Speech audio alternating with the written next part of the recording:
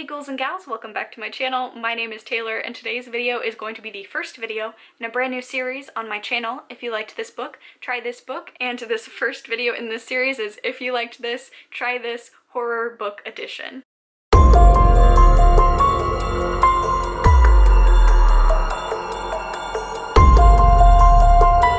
I've got 5 different pairings here, so hopefully you can get a book recommendation from this list. So without further ado, let's get started. So these first 2 books are actually going to be true crime books, and if you have read I'll Be Gone in the Dark by Michelle McNamara, I think that you should read American Predator by Maureen Callahan. Both of these books are true crime books that are written by women that handle the victims as well as the subjects, very dark and triggering subjects contained within in a very respectful manner, which I think is something that is very important when reading about true crime, listening to true crime content, is to make sure that you're not engaging in media that kind of exploits the true crime aspects and is just there for an informational stance, or for in I'll Be Gone in the Dark to try and help catch a killer. These both follow a specific serial killer.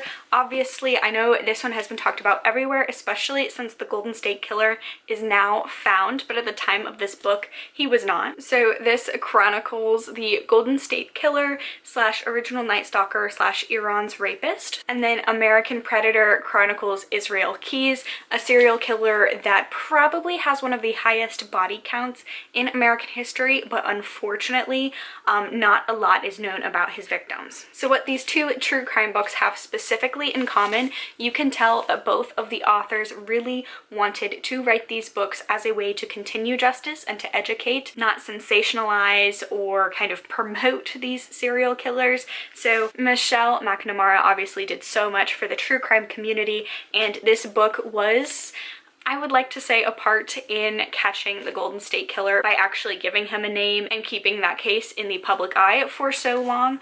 American Predator has a similar story that I think is really cool, where Maureen Callahan actually spent thousands and thousands of dollars in her own money to declassify a lot of the files on Israel Keyes and a lot of the things that were being kept confidential even after his death, to help spread information and to help find potential victims and locations of his victims' bodies. So truth is often stranger and more horrifying than fiction. So if you're looking for 2 top-notch true crime books, if you enjoyed this book, you'll really enjoy American Predator. This is one wild story. The next pairing that I have for you, if you enjoyed The Haunting of Hill House by Shirley Jackson, you would really enjoy Mexican Gothic by Silvia Moreno Garcia.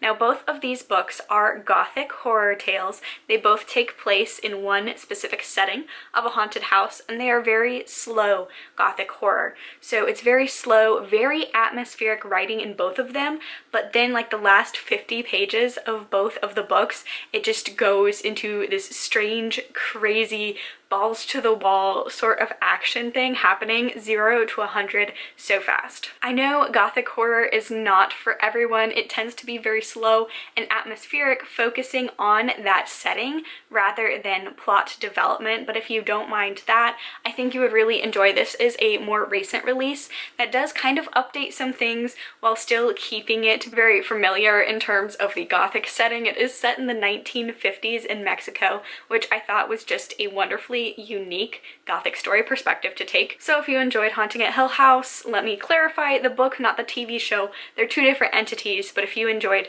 the book Haunting of Hill House, you'd really enjoy Mexican Gothic. Now the next 2 books, I do not have actual physical copies of either, so I'll be throwing up pictures for you, but if you enjoyed Bunny by Mona Awad, you would really enjoy Catherine House by Elizabeth Thomas. Now both of these books I always hesitate to suggest to people because they are both so visceral, and either you're really going to love it and think it's the most unique and exciting and different experience that you've ever read, or you're just really going to hate it and not understand the point of the book. So keep that in mind. Both of these, the tone is set very clearly on in the book. So if you don't like it, feel free to DNF either of these because they're definitely not for everyone. They're very specific specific genre fiction, but if you like horror that kind of feels like a fever dream almost, and that heavily emphasizes character, internal monologues, characterization, and crazy atmosphere, and just different ideas kind of floating around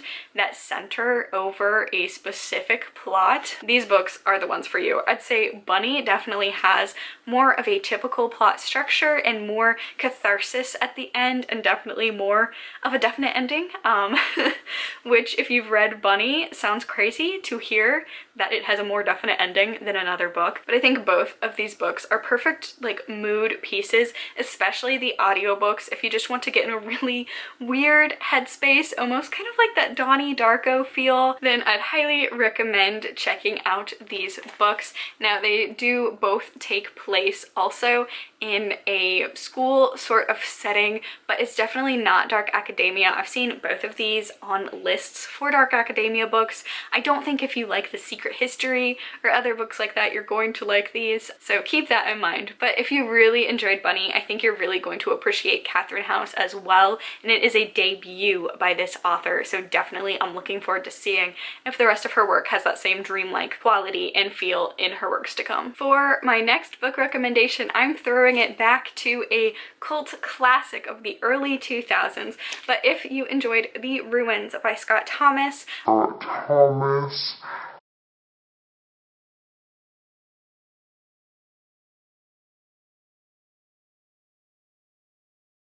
I would suggest The Luminous Dead by Caitlin Starling. Now this is an older book, and I definitely see more talk about this on Bookstagram rather than BookTube, but this is about a group of young people who are vacationing in Mexico, and they kind of take on a hike that's more than what they bargained for. They all kind of upplay their experiences to go on this hike. They probably shouldn't be going on such an extensive hike in the first place, but they find themselves going on these hikes, finding these ruins, and find themselves stuck in the wilderness in a place that definitely doesn't want them here. And then The Luminous Dead takes place in underground, partially underwater caverns, where again our main character definitely pads her resume to get on this solo exploration dive in order to find something. So both of them have a wonderful exploration of location horror, where you're stuck in one particular location and just experiencing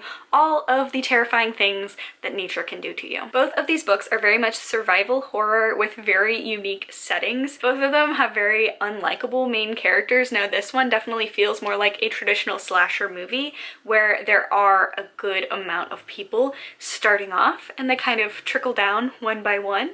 The Luminous Dead, on the other hand, only deals with 2 characters, but both of these books are full of very unlikable characters. And both of these not only deal with extreme body horror, so keep that in mind. I'd say this one probably has a little bit more in terms of gore than The Luminous Dead, but they both have some body horror elements, and they both also deal with topics and ruminations of existential dread and just kind of realizing that you might be stuck in the place where it's your last place before you die. So if you're really into location survival horror, both of these books are pretty awesome. And then my last recommendation pairing, if you enjoy Carrie by Stephen King, I think that you will really enjoy Little Star by John Avide Lindquist. Do keep in mind for this one, these 2 books are very different in length, so if you did prefer how short Carrie was, you probably are going to get not bored, but this is definitely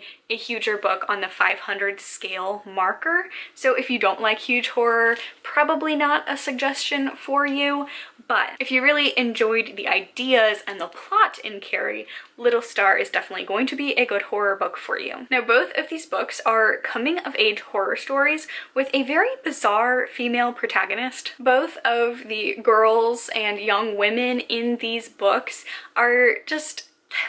they're unlikable, but not in the way a lot of unlikable people are. They're both on the very fringes of society, where they kind of have very unusual upbringings, and that definitely influences how they interact and see the world. Little Star's a lot more graphic than Carrie is, but they both do have some gore elements to them. But both books are about very strange little girls who have an other earthly sort of power that kind of puts them on the fringes of society, makes them feel like they don't fit in. So they're tales about these women trying to fit in, something goes terribly wrong, and then sort of like a revenge story in both of these books. So if you really enjoyed Carrie by Stephen King, Little Star is a great jumping off point if you want a lot of similar themes. So those are all the book recommendations that I have for you guys today. If you have any other books that you'd like me to do this for, definitely leave a comment down below. Like, just leave down the title of a book that you want a recommendation based off of, and I'd love to make another video in this series. Also, I am trying to make a lot of recommendations videos in September